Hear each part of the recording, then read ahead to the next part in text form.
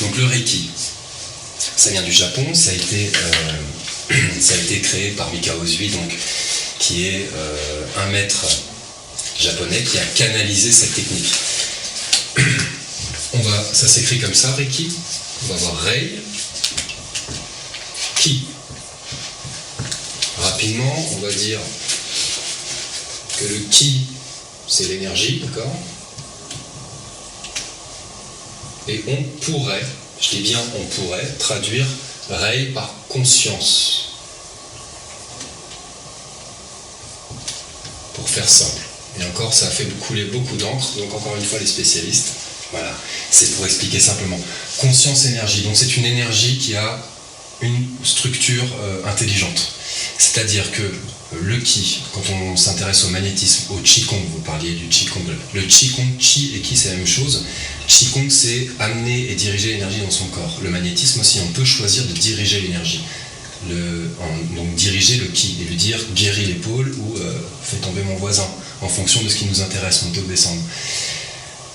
Le Reiki, on ne va pas le diriger, on va le laisser agir et la fonction, disons, l'une des propriétés du Reiki, c'est d'harmoniser l'énergie en nous, notre structure énergétique, de l'harmoniser à l'énergie qui nous entoure, donc aux autres êtres humains, aux autres êtres vivants, et à tout ce qui nous entoure et qui est dans ce bain énergétique dont on parlait tout à l'heure, et également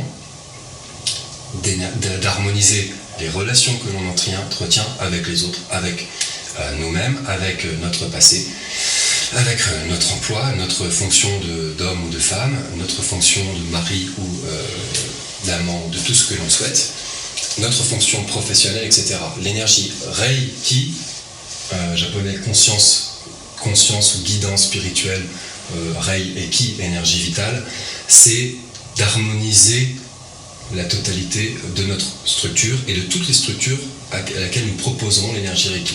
Ce qui veut dire qu'en étant initié au Reiki, c'est une initiation qui vous permet de canaliser cette énergie, l'énergie Reiki. En étant initié au Reiki, vous pouvez soit vous donner du Reiki à vous-même et vous occuper de votre propre structure, et vous pouvez également donner à d'autres personnes. Donc on donne des séances, vous venez pour une séance, on fait une série de séances pour retrouver l'énergie élevée et nettoyer donc les trop-pleins d'énergie négative qui ont été dus à des blessures, à des jalousies que vous avez subies ou que vous avez ressenties, parce qu'il faut quand même qu'on soit honnête, on est humain, on est comme ça, on est né dans ce millénaire, donc on est tous en proie à la colère, la jalousie, la haine, l'égoïsme, etc., qui génère, d'un point de vue énergétique, énormément de stock dans le corps. Ça reste, ça vient se stocker. Et après on interréagit avec. Donc il y a plein de façons pour s'en débarrasser. Il y a les psys où il y a l'énergétique. L'énergétique, c'est nettoyer les stocks d'énergie négative qui nous influencent au quotidien. Et prendre soin de soi à ce niveau-là. Et la première chose qu'on va faire en Reiki, c'est ça. Se donner du Reiki à soi pour nettoyer et augmenter notre niveau énergétique.